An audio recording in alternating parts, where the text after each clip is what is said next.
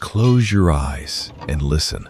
Not to music, to a cartwheel groaning over mud, a bell somewhere behind stone, a cough that stops mid-sentence.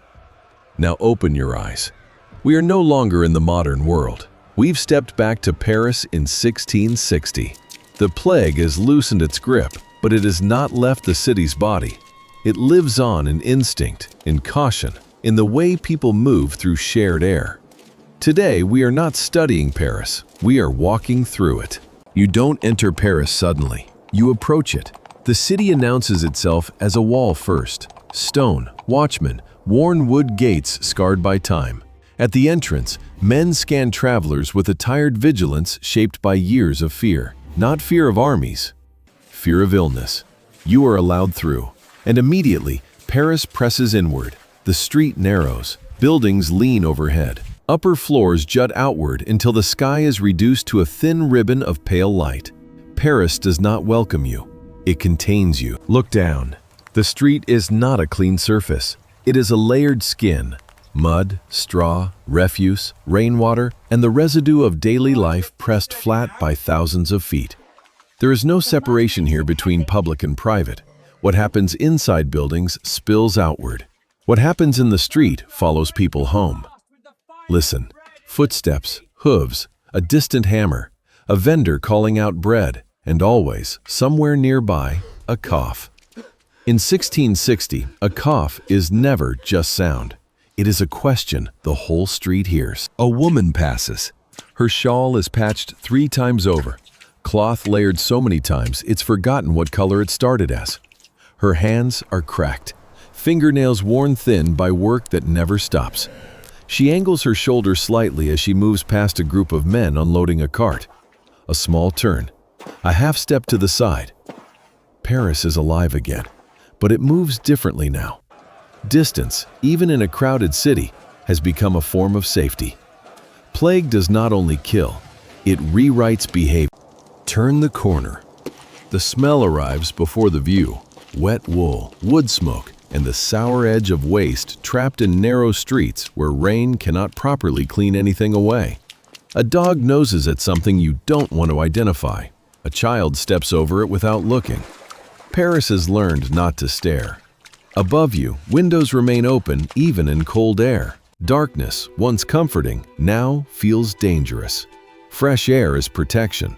The city has changed how it lives indoors. These buildings are not single homes. They are vertical villages. Families crowd into subdivided rooms. Renters climb higher for cheaper space until the top floors feel unstable when carts pass below. Stairwells smell of damp wood and cooking smoke layered over years. A door opens. A woman empties a basin into the street. Water splashes, then disappears into the same dark slurry everyone walks through.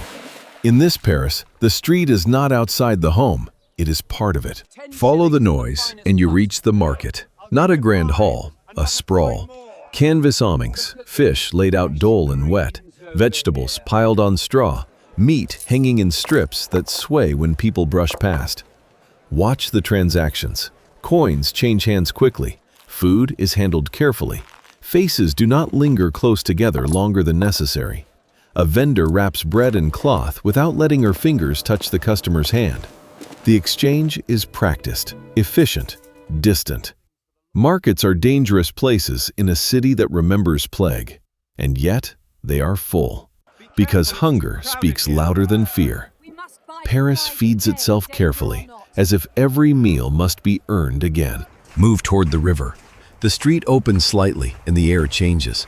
The Seine does not sparkle here, it works. Boats slide past heavy with timber and barrels. Men haul cargo with shoulders shaped by repetition. Along the stone steps, washerwomen kneel at the water's edge. Cloth slaps against the river.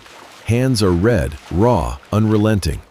The Seine carries everything: goods, waste, rumors, memory. During the plague years, rivers became witnesses. No one speaks about what they saw. They just keep scrubbing. Step inside a church. The temperature drops. The light becomes candlelight. Smoke has darkened the stone walls over decades, leaving the interior permanently dim. People pray here, but differently now, less confidently, more cautiously. Some kneel as if negotiating. Others sit in silence, hands folded, eyes lowered. An older man clutches rosary beads worn smooth by years of use. His lips move, but no sound comes out. Prayer has become private in ways it wasn't before. Plague does not erase belief, it humbles it. Even here, softly, you hear it again. A cough, quickly smothered. Back outside, Paris is working. A blacksmith's hammer rings sharply in a narrow street, each strike precise, shaped by 30 years of muscle memory. Across from him, a tailor pulls thread toward fading light, squinting. Daylight is free. Candles cost money. A baker moves in steady rhythm, dusted with flour that's settled into the creases of his face. Notice the apprentices, fewer. Skills matter more now. Knowledge is passed carefully, like something fragile that might not survive another interruption. Paris does not rebuild through speeches. It rebuilds through repetition. Drift toward the better-kept streets. At first, the difference is subtle. Cleaner shoes, heavier fabric, a carriage polished rather than desperate. Then you feel it. Space. Here, servants sweep twice a day. Doors are thicker, windows larger. Courtyards exist where other parts of Paris can't afford the luxury of emptiness. The wealthy did not escape the plague. They escaped crowding. And distance, in this city, is power. Yet even here, a nobleman steps back instinctively when a servant coughs. Memory does not respect money. As daylight fades, Paris tightens. Shutters close, doors lock.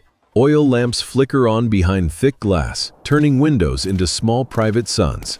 The streets grow quieter, not empty, but selective. Night in 1660 is not leisure, it is risk management.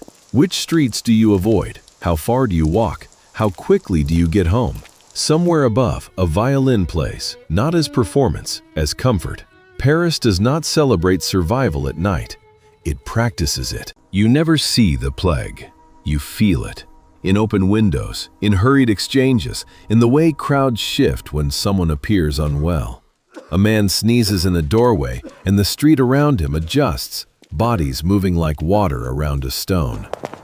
Cities do not mourn like people. They remember through habit, through design, through silence. Paris has adjusted itself around loss the way a body adjusts to an old injury, not healed, but functional. Stand still for a moment.